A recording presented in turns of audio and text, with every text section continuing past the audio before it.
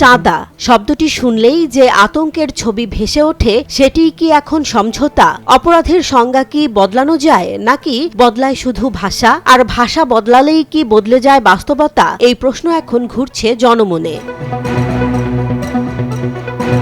নতুন সরকারের এক মন্ত্রীর বক্তব্য ঘিরে চাঁদাবাজির সংজ্ঞা নিয়ে শুরু হয়েছে তীব্র বিতর্ক। পরিবহন খাতে বহুল আলোচিত চাঁদাবাজিকে সমঝোতা হিসেবে ব্যাখ্যা করার পর বিষয়টি সামাজিক ও রাজনৈতিক অঙ্গনে আলোচনার কেন্দ্রবিন্দুতে উঠে আসে।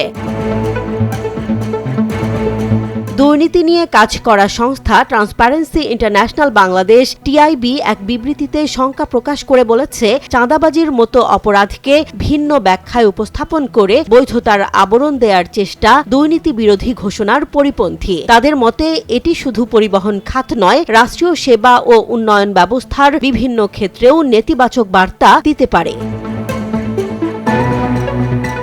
রাজনৈতিক বিশ্লেষকরা বলছেন, নতুন সরকার দায়িত্ব নেয়ার পর দুর্নীতির বিরুদ্ধে জিরো টলারেন্স নীতি ঘোষণা করেছিল, কিন্তু অল্প সময়ের মধ্যেই যদি অপরাধের সংজ্ঞা নিয়ে এই প্রশ্ন ওঠে তবে তা জনমনে বিভ্রান্তি তৈরি করতে পারে। ইতিহাস বলছে, বাংলাদেশে অতীতেও দুর্নীতির ভাষা বদলে দেওয়ার চেষ্টা হয়েছে। একসময় ঘুষকে স্পিড মানি বলে উল্লেখ করেছিলেন সাবেক অর্থমন্ত্রী আবুল মাল আব্দুল মুহিত। পরে এ নিয়ে ব্যাপক সমালোচনার মুখে পড়ে বক্তব্য স্পষ্ট করতে হয়েছিল তাকে। একই সঙ্গে বিভিন্ন মন্ত্রী ও দায়িত্বশীল ব্যক্তির বক্তব্য ঘিরেও বিতর্ক তৈরি হয়, যেখানে সহনীয় ঘুষ, সরল বিশ্বাসে ঘুষ কিংবা লেনদেন শব্দগুলো আলোচনায় আসে। সমালোচকরা বলছেন, শব্দ চয়ন যদি বাস্তবতাকে আড়াল করে তবে তা দুর্নীতিকে পরোক্ষভাবে প্রশ্রয় দিতে পারে।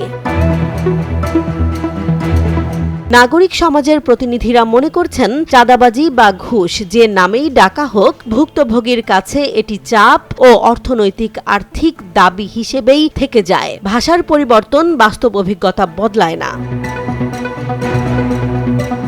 প্রশ্ন উঠছে, অপরাধের সংজ্ঞা কি প্রশাসনিক ব্যাখ্যায় নির্ধারিত হবে নাকি আইন ও নীতির আলোকে? আর যদি সংজ্ঞা বদলেই যায় তবে কি জনগণ নতুন কায়দায় পুরনো ছায়া দেখবে?